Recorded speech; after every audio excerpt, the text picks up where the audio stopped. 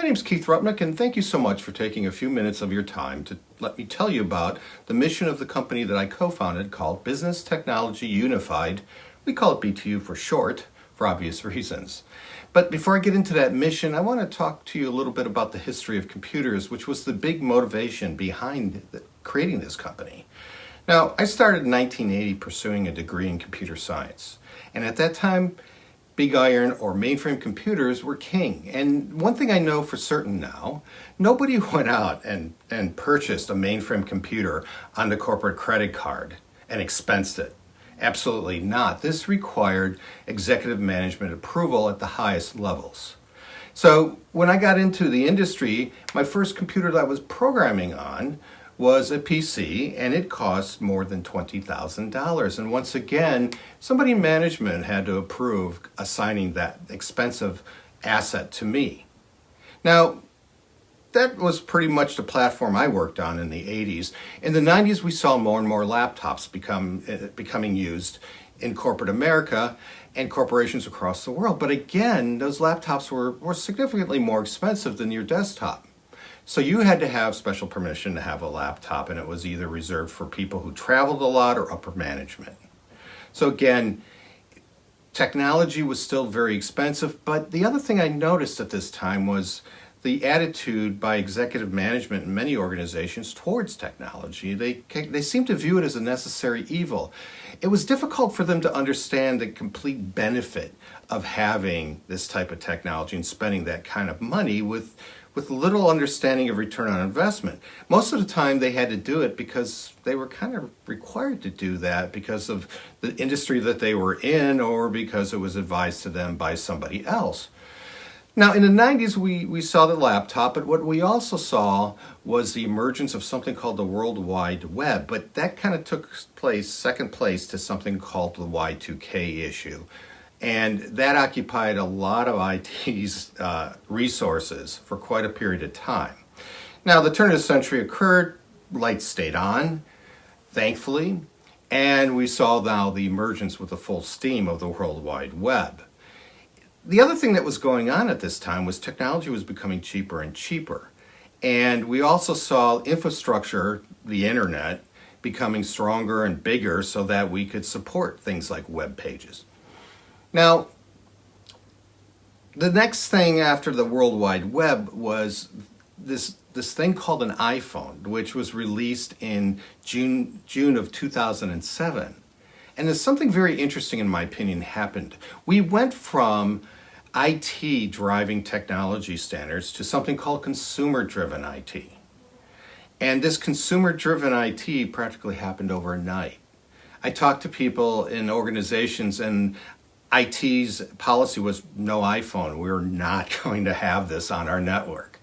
And then 2 weeks later, they're supporting iPhone. And the answer or reasoning behind it was always the same. Some executive said, here, make this work. And suddenly they had to connect the iPhone to the corporate network. The other thing that was happening again is technology is still getting cheaper and more powerful. So executive management then started, while monitoring the overall IT budget, started pushing down budgets into separate departments.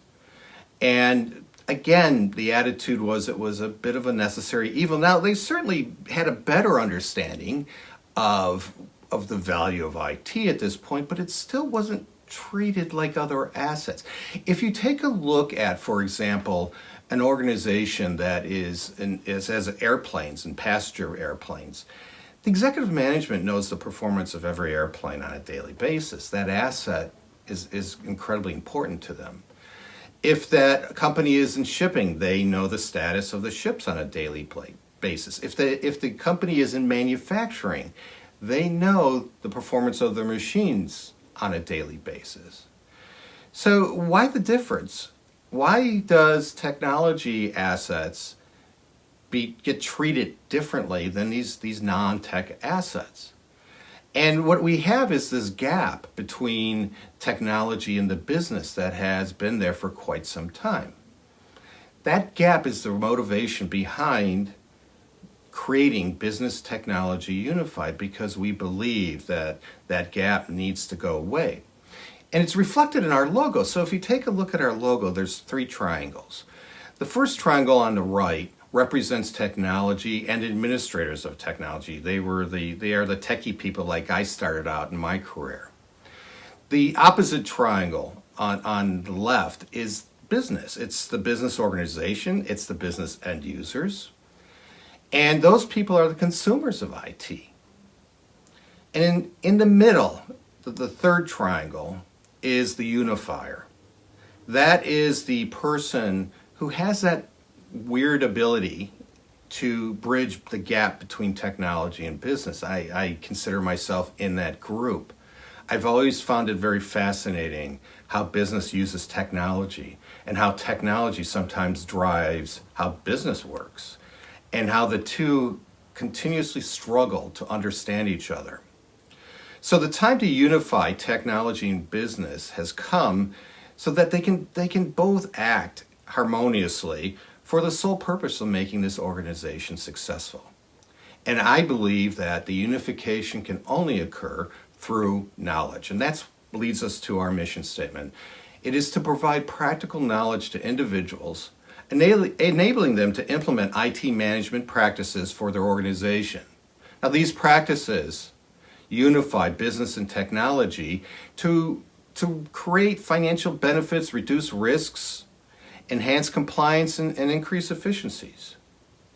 And that is our mission, is to provide you and your organization with practical information to help you better unify technology and business so that you can introduce now the third or the fourth triangle, which is your business objectives. Moving in the direction together, ensuring that you're satisfying your customers and your shareholders. If you'd like more information, please feel free to contact us at any time. Check out our website. We'll be updating that with more and more content and information. Once again, my name's Keith Rutnick. Thank you so much for taking time out of your busy schedule, and I hope to talk to you soon.